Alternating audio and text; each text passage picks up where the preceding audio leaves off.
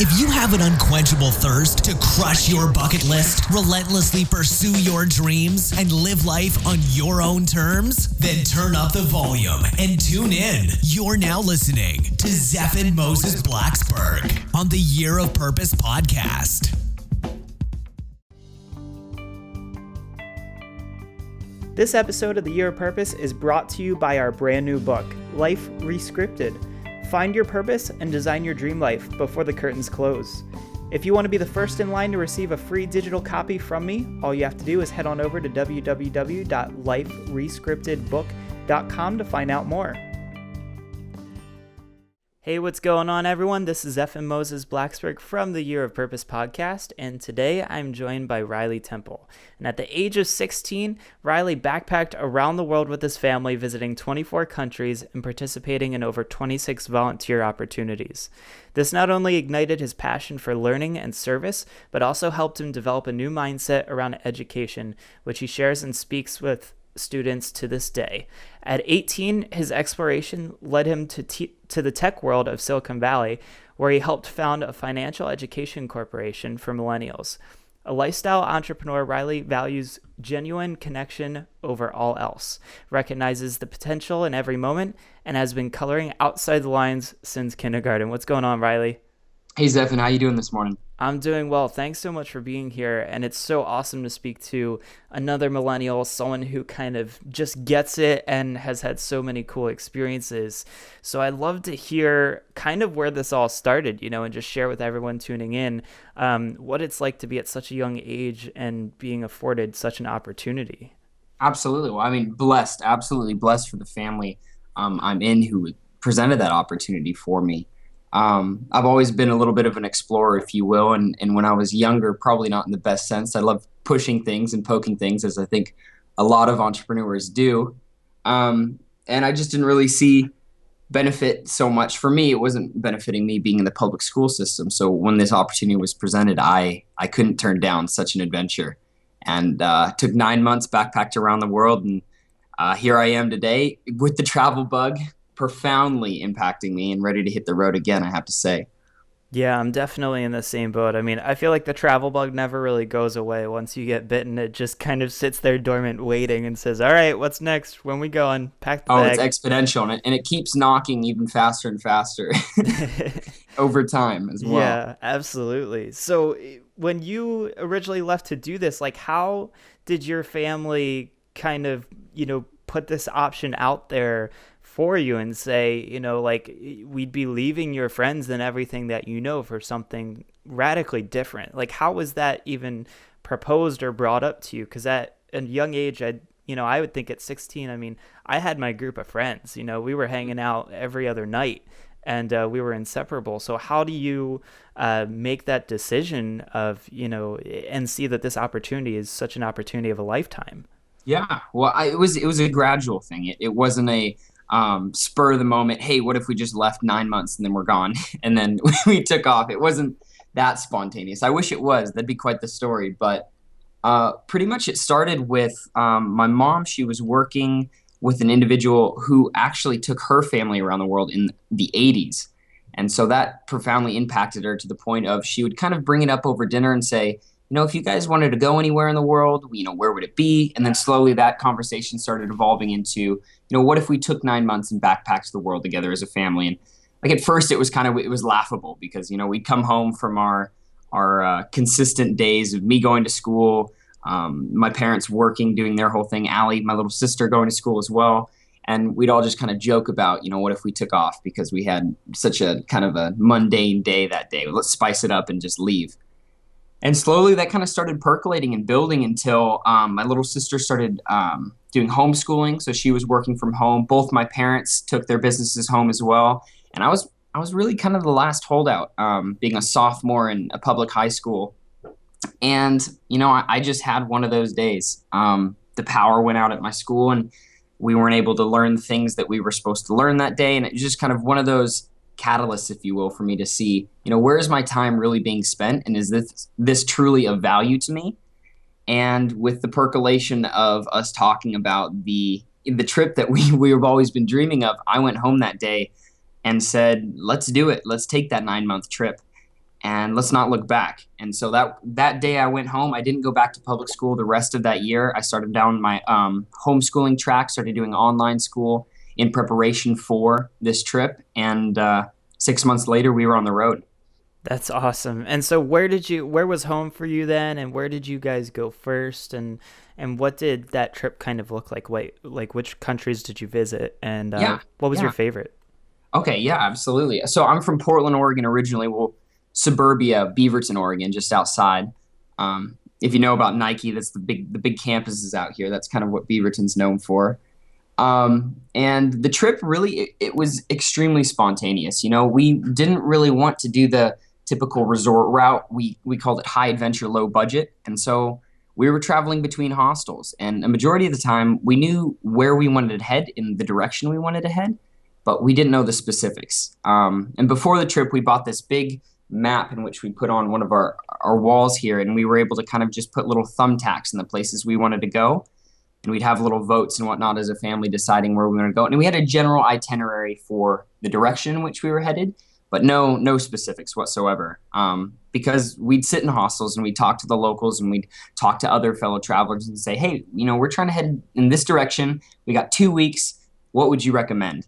And it organically flowed from there. And that opened incredible conversations with individuals we would have never been in contact with before, and gave us some experiences in which are immeasurable in terms of ever making them happen again, just because they were that spontaneous and that off the cuff. And so kind of traveling like that, I think I mentioned this to you before the call, it kept us in the present, really. And I can't describe to you what it's like coming into a town, not knowing where you're going to sleep that night, not knowing what you're going to eat, but just the feeling of, I'm okay, I got everything I need on my back, and let's see where this day takes us. And every day was that way for 9 months, and it was such a blessing to live in that zone. And like I said, the travel bug bit me, and it's not letting go either. Yeah. And you Sorry, went go to ahead. 24 countries? Yeah, 24 countries. I think about 85 cities, I want to say, and we did 26 service projects Oh in my the countries we visited. Yeah, it was a kick. So what do you think was the best country? Well, I mean, it's hard to say that, but what was your favorite place? Absolutely, yeah, it's totally contextual. I'd have to say it's really a toss-up between Cambodia and Peru, for two different reasons. Cambodia, I'm a scuba diver as well. I absolutely love being in the water. And in Cambodia, we spent a week on an island off the coast. It was called Koh Rong was the island. And every morning I was able to get up, go scuba diving. I'd eat fresh fish on the beach for lunch, talking with people from around the world. And at night, I'd get to go out and meet even more incredible people, go explore the island, look at the incredible stars, go swimming at night. Oh, it was unbelievable. I lost track of what day it was, what the time was. I didn't have to worry about anything. And it was the individuals that made up that experience as well, just because there were so many incredible people on that island that I was able to come in contact with. And so Cambodia was a trip of its own that I would milk every day of and every minute of if I could again, which I'm headed to. So I'm excited to get back into that vibe. Yeah, that's Um, got to be really exciting.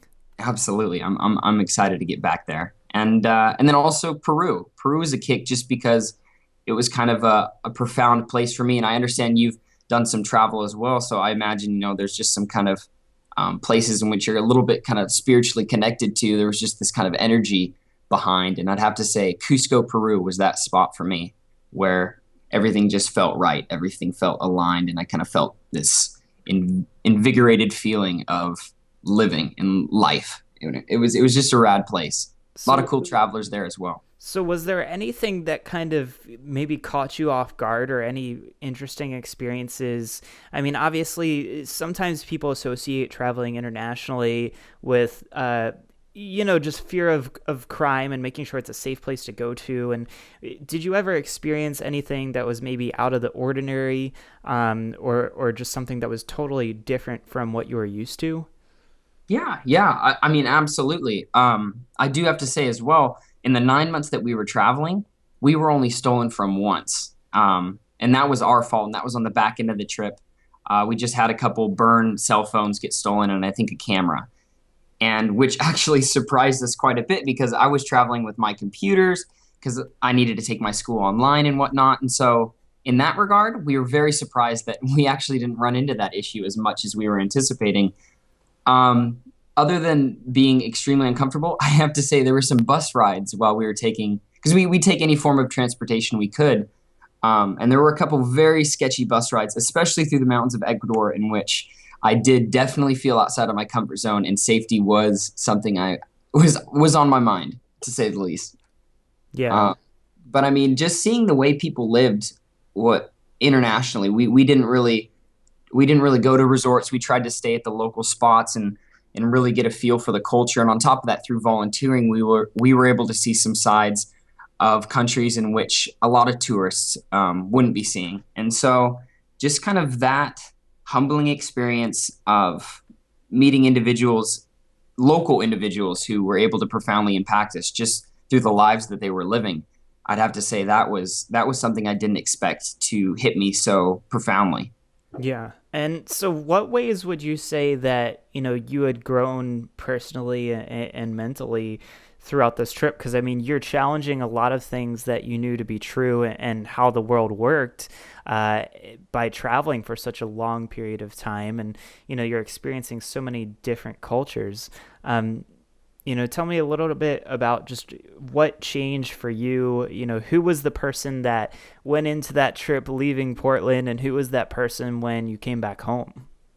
Yeah, yeah. I was your stereotypical teenager, if you will. I was 16 years old, coming out of high school.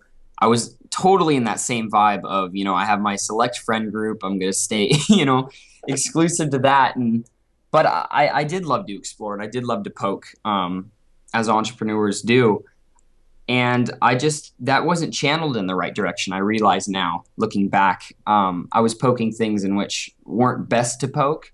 And on top of that, I didn't really consider myself a student or really a learner of life. I kind of had a different view on education because I didn't really respect the formal system when I was in it, and therefore everything I output they didn't really respect everything that I presented and brought to the table. So it was this constant feedback loop of kind of tension between me and the public school system because I didn't really vibe with it and I didn't find the information that was presented relevant really. And the biggest transformation for me was I discovered I am a passionate student. I'm a passionate learner, and I'm a lifelong learner as well. And I just wasn't in the right context or in the right space to fully and effectively discover that and learn um, in the way which was most beneficial to me. A specific example being I was taking a religion course, a comparative theology course, traveling through Southeast Asia. And I could get through the online course at my own pace, as quick or slow as I wanted to. And then that day in the afternoon, I'd spend going to Buddhist monasteries. I'd go spend days at a kind of Hindu village, if you will, and I'd be able to actually talk and see the relevance of information that was being presented in this course. And slowly it started kind of, the cogs started turning and I started seeing, it's information applied that drives me and that motivates me the most. And so I guess that realization of I am a lifelong learner, I am a student of life, and it's driving me to this day, and it makes it so I'm always wanting to learn. I'm always wanting to meet new people and see what I can pull from every opportunity and every experience that I have. And And so it, I'd say that was the biggest profane impact that the trip had on me. and it's got to be such a different experience. You can read all you want in a textbook, right? Hmm. But to actually be going into the temple, like you said, I feel like probably makes it click so much better for you, and you see it in action. Hmm. And I think interacting with the people too, and really seeing what it's like for them to live that lifestyle, and understanding why they live that way. I think that's probably the best way to learn about life is this very hands-on way of doing so. Absolutely. Application immediately. Education and an application. See how it relates to you and really find the relevance in the information that's being presented to you. I think that was my biggest issue prior to high school. I saw there was no relevance in what I was learning because I didn't see any application of. And once I kind of had a taste of that while traveling, it's been unsatisfied since, and I'm always running and looking for something new to learn about. So it was a blessing, absolutely. That's awesome. And so I have a question for you where I kind of want to turn it around. So normally I would Yes, ask please. Yeah. you what you would advise people who are your age, or we're very close in age, so anyone in our group, the millennials. But I actually want to ask you, what would you tell parents who, have the ability or, the potential to give their children this opportunity? What would you say to them? Yeah. I mean, it's really interesting too, because I've been asked this question multiple times as well, and I'm still trying to develop an answer in which would be best. It's all really relevant to the student. It's all whatever would be best. I think maybe realizing that all kids don't really learn the same, and all kids have various passions and whatnot, and just kind of being and cultivating a space for kids to explore their own passions and what they truly vibes with them.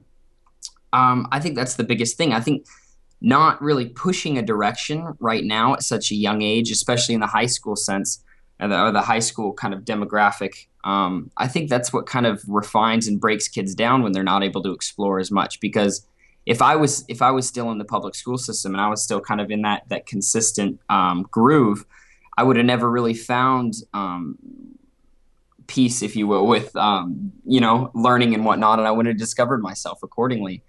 uh, I think just letting kids truly explore and have fun in the space that they're in, and just being kind of a supporter of that, being a supporter of them discovering themselves, I think is the biggest thing.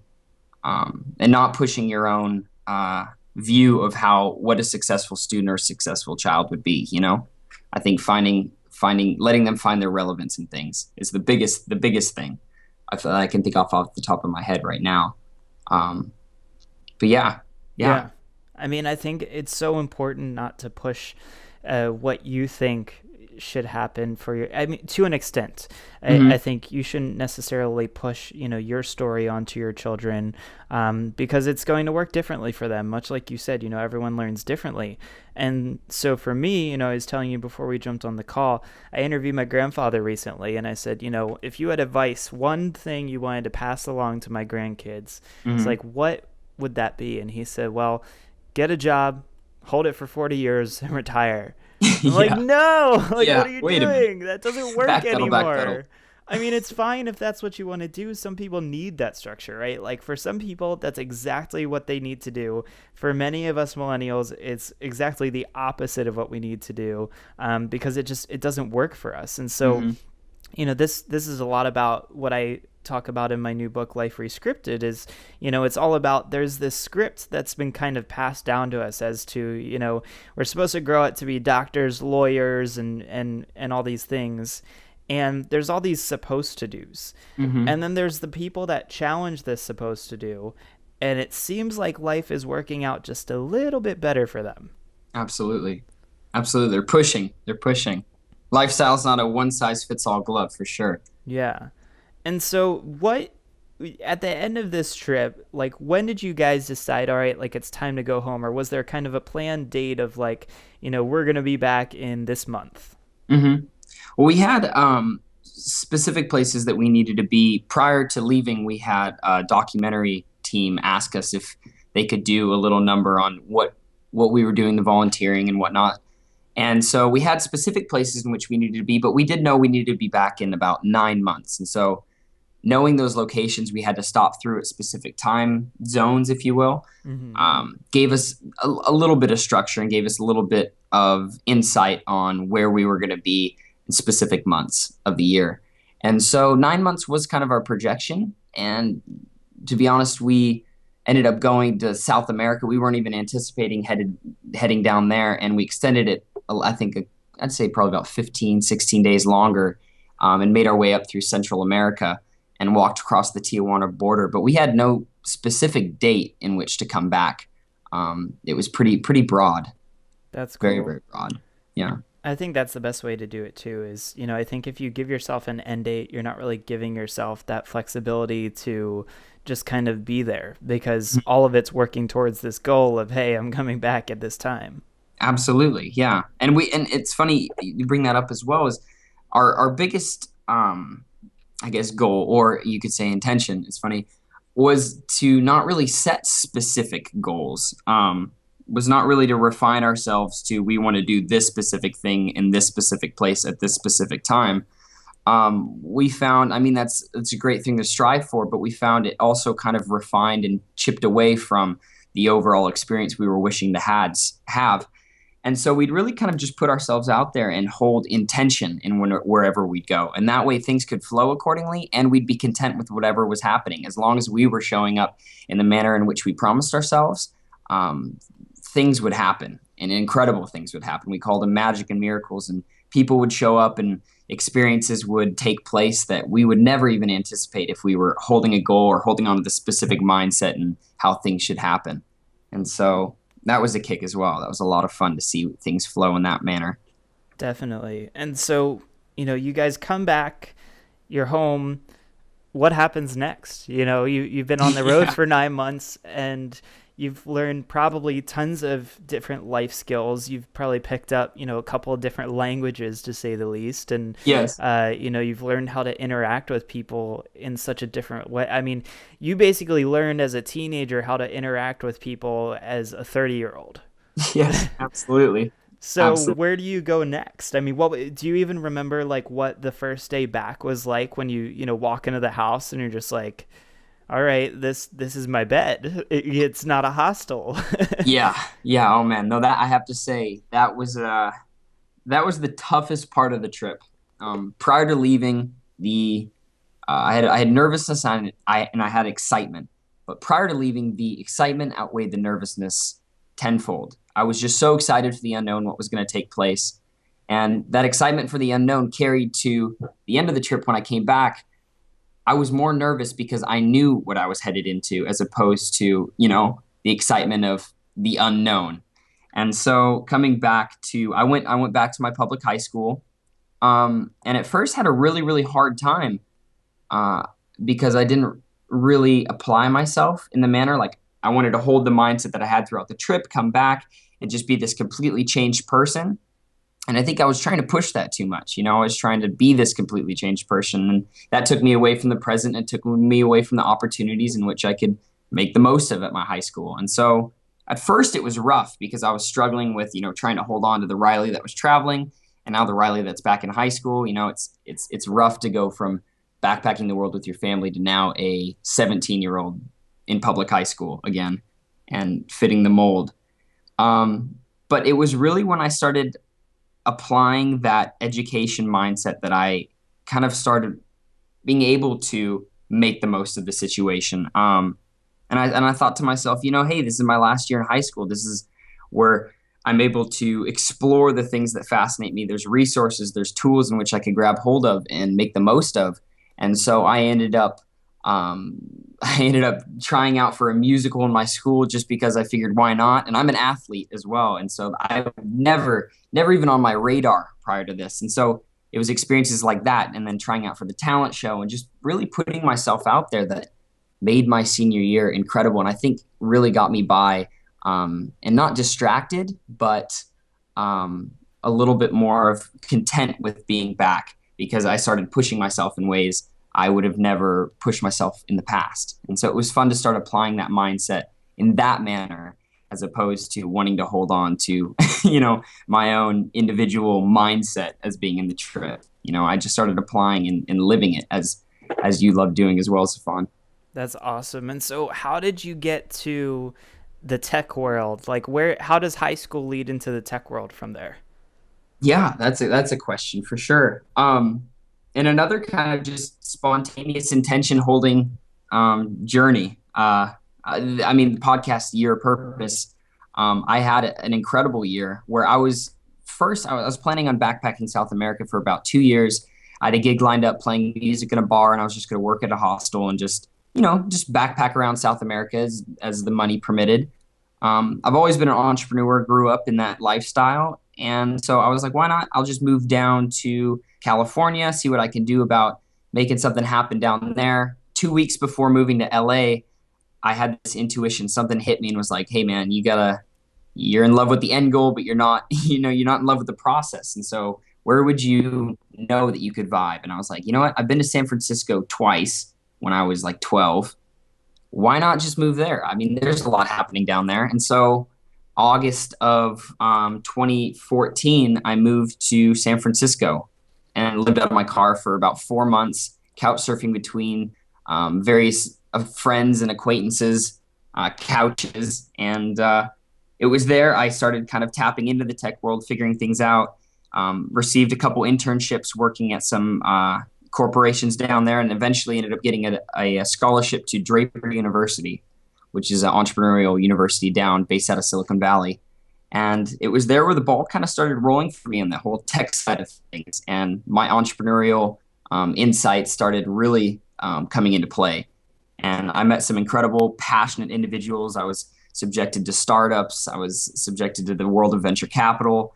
And it was another experience in of itself that I didn't even see coming. I was anticipating being in California for 2 months and then headed to South America, but I ended up spending a year in San Francisco because there was such potential and such growth there for me as well. And that's how I found myself in the tech world. That's awesome. And I'm actually a huge fan of San Francisco. So California's always kind of been home to me as far as whenever I'm traveling. That's one of my favorite places to be. And so on my trip last year, I wound up in San Francisco for about a week.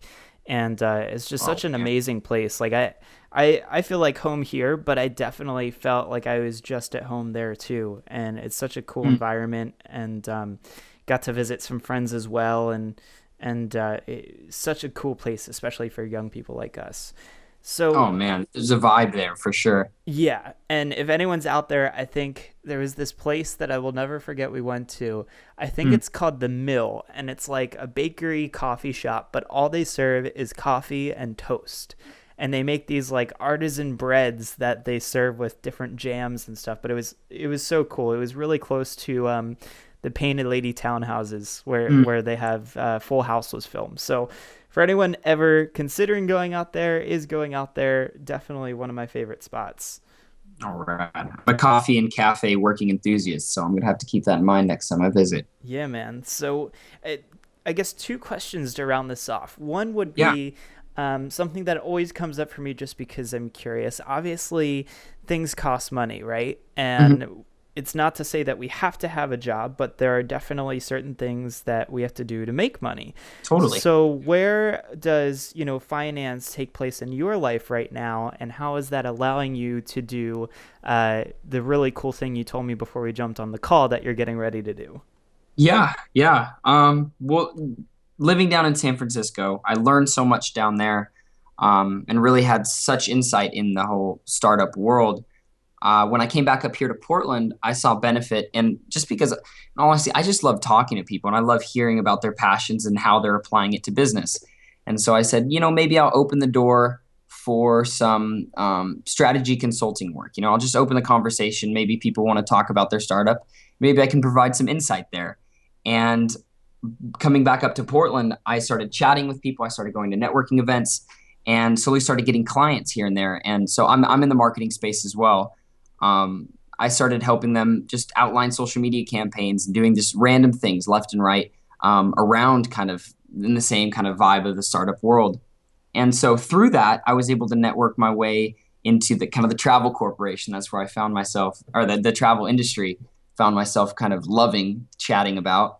And I was introduced to a startup called TripGrid, who's building an app that's going to revolutionize the travel planning industry. It's rad what they're creating, and they're launching in February. So back to the monetary side of things, they hired me on to be a brand ambassador for them, and I'm able to travel on behalf of them over in Southeast Asia for my first month of traveling, where I'll just be doing market validation, coming up with marketing concepts, and pretty much just chatting up the brand, talking to people.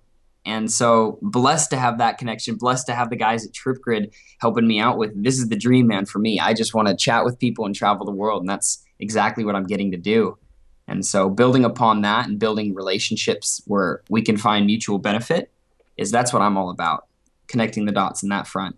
And so, yeah, it's going to be a kick this trip coming up. Yeah, that's going to be so much fun. And so just maybe to hear it from you and your perspective, we don't have to hold full-time jobs anymore. Like, that's not how it has to work. And this is such a great example of it in what you're doing with them, is we don't have to show up for a 9 to 5 in order to get the lifestyle and things that we want. Maybe you could speak just a little bit to that as we, kind of round things up.